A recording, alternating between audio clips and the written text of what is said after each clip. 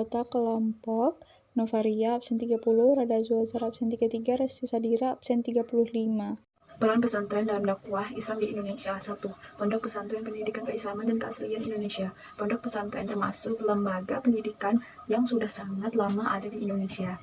Pondok pesantren memiliki karakter tersendiri, yaitu keislaman dan keaslian di Indonesia. Maksudnya sebagai lembaga pendidikan yang identik dengan keislaman sekaligus orisinal atau asli berasal dari Indonesia, dengan ciri khas memiliki padepokan atau asrama untuk tempat tinggal peserta didik yang biasa disebut santri. Pondok berasal dari kosakata bahasa Arab funduk yang memiliki makna asrama atau tempat di mana peserta didik tinggal. Secara istilah, pondok pesantren adalah sebuah lembaga pendidikan di mana peserta didik tinggal di asrama selama 24 jam untuk melaksanakan proses belajar mengajar, baik pendalaman ilmu agama atau tafangguh fitin maupun keterampilan dan kecakapan hidup. Data dari Kementerian Agama Republik Indonesia pada tahun 2006 menunjukkan 14.067 pondok pesantren yang tersebar di seluruh Indonesia. Hal ini akan menunjukkan bahwa pondok pesantren secara kuantitatif mampu berkembang dan tetap menjadi kebutuhan bangsa Indonesia. 2. Pendidikan pesantren sebagai sarana dakwah. Sebuah pondok pesantren mempunyai komponen pokok yang menjadi ciri khas tersendiri. Pertama, kiai sebagai komponen sentral dalam suatu pesantren.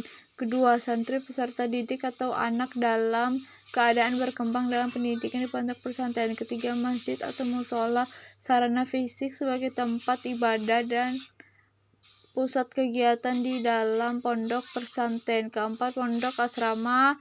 Keenam, metode pengajaran. Lalu, kiai mempunyai berbagai fungsi diantaranya sebagai figur pimpinan ilmu agama. Biasanya seorang anak kiai sangat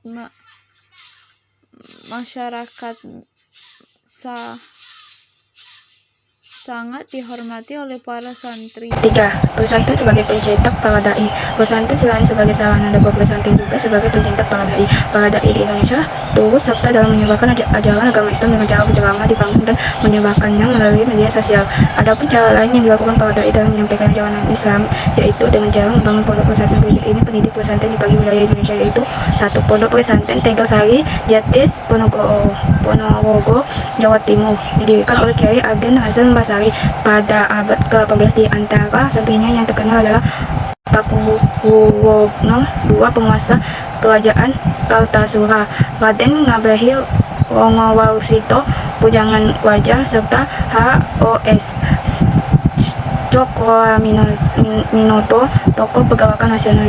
Pesantren Al-Hamdaniyah didirikan oleh Kiai Haji Hamdani pada tahun 1787. Lokasi pesantren terletak di Desa Siwalan Paji, Madura, Sidoarjo, Jawa Timur. Pendiri Nahdlatul Ulama Kiai Haji Hasyim Asy'ari pernah menjadi santri di pondok pesantren ini.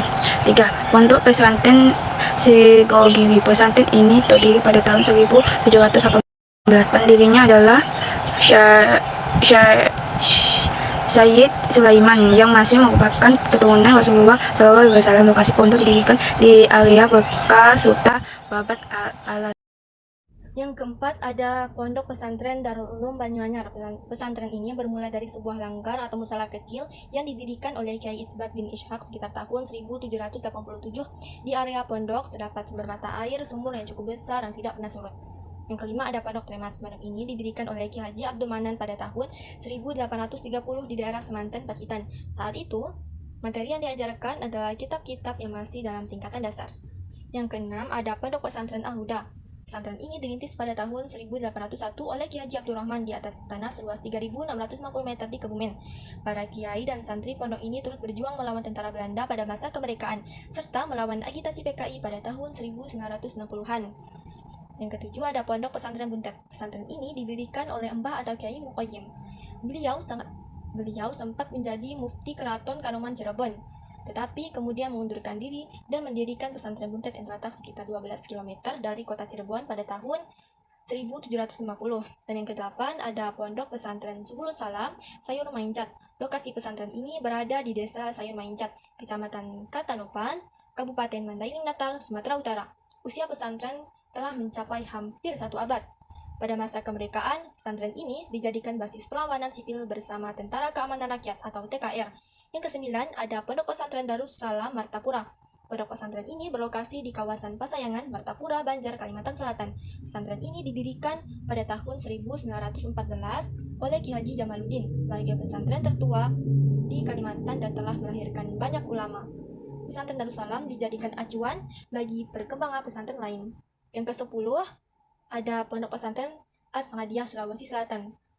Pondok Pesantren As-Sangadiyah adalah sebuah lembaga pendidikan Islam swasta yang bergerak di bidang pendidikan dan dakwah Islam, mulai dirintis pada tahun 1928 Masehi.